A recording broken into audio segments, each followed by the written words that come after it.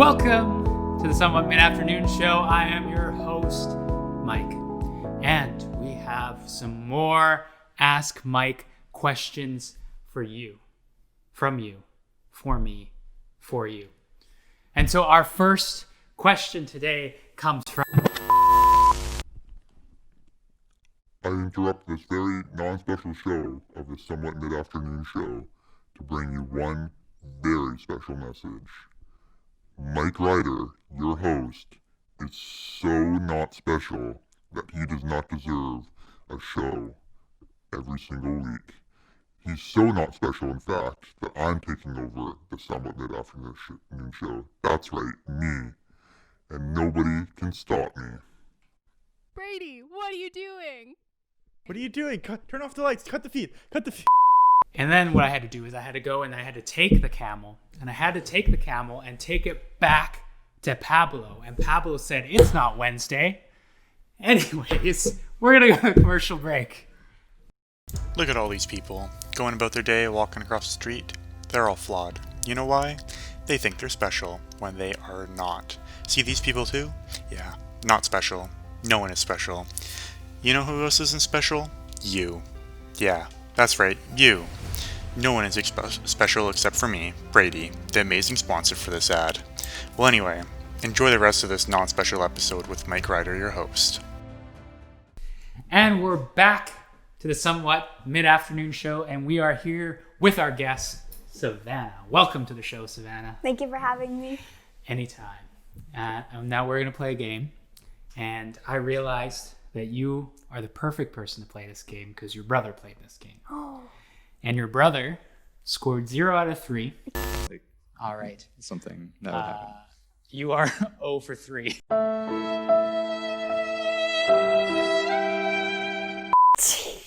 All you have to do is get one answer right, and you get bragging rights over your brother. Okay. Are you ready? This game is to know your leader. So we have a story from Jamie, not Jenna, as Joel kept saying, but Jamie, a story from Brady, and a story from myself. And I'll tell you all 3 stories, and then you have to guess whose story is whose. All right? Okay. So here we go. Let's see how well my memory is of all these stories. All right, the first one. I was going to the States to go see a concert. And it was just supposed to be a day trip. We were going to drive back late that night. So we got across the border. We went to the concert. We're on our way back. And we got a nail in our tire. And so we had to wait for a tow truck for 4 hours. By the time the tow truck got there, it was 1 a.m. So no mechanic shops were open. And we had to spend the night in a sketchy hotel, only getting a few hours of sleep before we could return. That's the first story. The second story. When I was little, I got lost in West Edmonton Mall twice. The first time was in the pet store, and my parents found me sitting on a pile of bags of dog food, crying my eyes out. The second time, I wandered off, and my parents, to teach me a lesson, watched me from a distance, realized that I was lost, sit down on a fountain, and cry my eyes out before they came and rescued me. That's the second story. The third story. While I was on vacation, my mom had to be in a wheelchair. I was pushing her in a cathedral, and I accidentally flipped her backwards, and she landed on her back, and I ran away, while some German tourists came over and started speaking to her in German, until my dad came and rescued her. So those are the 3 stories. So there is the concert, there's getting lost in the mall, and there's flipping my mom over. Okay? So who do you think is whose story? Okay. I think the second one is Jamie. The lost in the mall is Jamie? Yes. Okay. I think the third one is Brady. Okay, flipping over mom is Brady. Okay. So then you think the concert one is me. Yes. All right. So the good news is you beat Joel. Yes. All no. right news is you only got one right. Okay, at least I beat him. So the flipping over the mom was in fact Brady. I He's knew face it. palming right now. That was in fact Brady. Lost in the Mall was me. I was like 6. And the concert was Jamie. And I believe that happened just last year. to her. No way. Okay. Yeah. Brady, when did your story happen?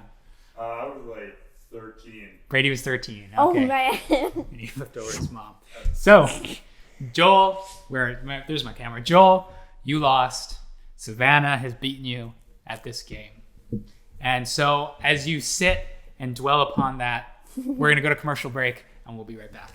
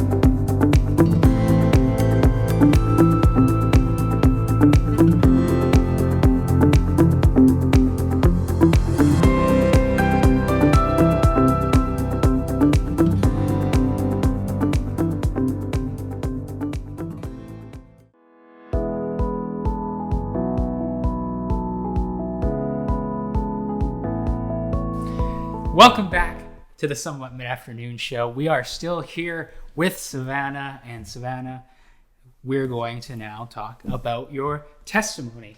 And so we start, as we always start in the testimony, with what drew you to Christ in the first place. Well, all my life I've been going to church and participating in like church events and things like that. But at age 4, I think I saw someone getting baptized maybe, and I started asking questions about Jesus and like what it was like to be a Christian, and then my mom would answer those questions by talking about, I learned a song in preschool. It was about like the clouds and like evaporation, like condensation and precipitation. Cool. And she started talking about it like that, like how they're all like forms of water in a way. And she would say like that's kind of like the Holy Spirit, like it's God, Jesus, and the Holy Spirit. They're all one. And I would always think it was so confusing, but still, I still listened and I kept asking questions, and I just kind of like, and then I started asking questions about like asking Jesus into your heart and what it meant, and then I chose to do it. So It's awesome. Yeah. I mean, not the Holy Spirit. Well, yes, the Holy Spirit, but the Trinity in general, like people who have been studying for years and years are still confused, and the Trinity just doesn't make sense to us. So that's not a bad thing, because I don't think no one understands what the Trinity is. And I think the good thing is that you were asking those questions and continue to ask those questions, because that is how we grow our faith, is asking questions and trying to get the answers to those. That's very cool. What is a way that, since you've come to Christ or through your walk with Christ, that God has been transforming you? When I switched schools, I felt transformed, and I felt like when I was still in public school, I felt that I was really like when something made me upset, like I would always react in a certain way, and it was kind of, now that I think of it, it was really funny, but I would always like start calling the people like names, and I would like kind of just kind of react like instantly, but now I kind of take time to talk about it now, like, so. Yeah. So you guys kind of transformed you into a very similar characteristic he has, which is he's slow to anger, and so you might get those feelings right away, but you know to just spend some time with that and calm before you speak. Yeah. That's good. That's very wise. There's lots of people get into lots of trouble when they don't do that. That's good. What's an experience you've had of God or an answer to prayer that you'll always remember? Well, in grade 5, I was on one of those big play structures, like the ones with the ropes, like the triangle ones.